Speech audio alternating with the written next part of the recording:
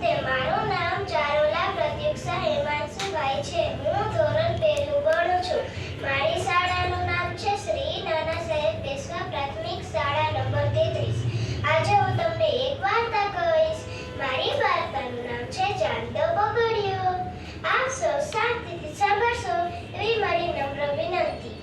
એક મોટું જંગલ હતું. એમાં એક તળાવ હતું.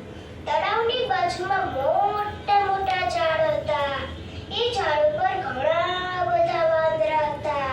એ વાંદરાના મમ્મી પપ્પા ભાઈ બહેન કાકા કાકી એ એક એનો પરિવાર હતો. આમથી આમ કુદાકુદ કરતા હોય.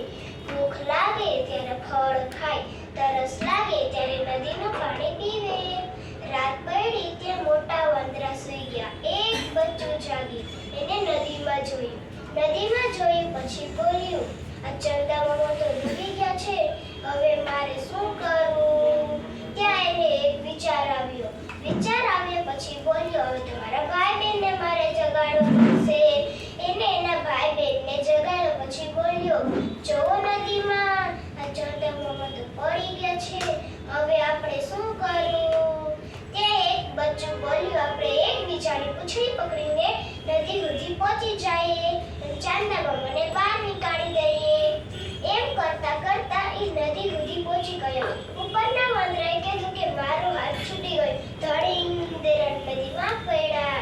એ ધબક સાંભળીને મોટા વાંદરા જાગી ગયા ને ઝડપથી એને બહાર નીકાળી દેતા. મોટો વાંદરો પૂછ્યો કે તમે કેમ કરતા નદીમાં પડ્યા? ત્યાં એક બચ્ચું બોલ્યું, અમે તો ચાંદા મામાને બહાર નીકાળતા હતા. ત્યાં મોટા વાંદરા તો હસવા લાગ્યા. ઉપર જોવો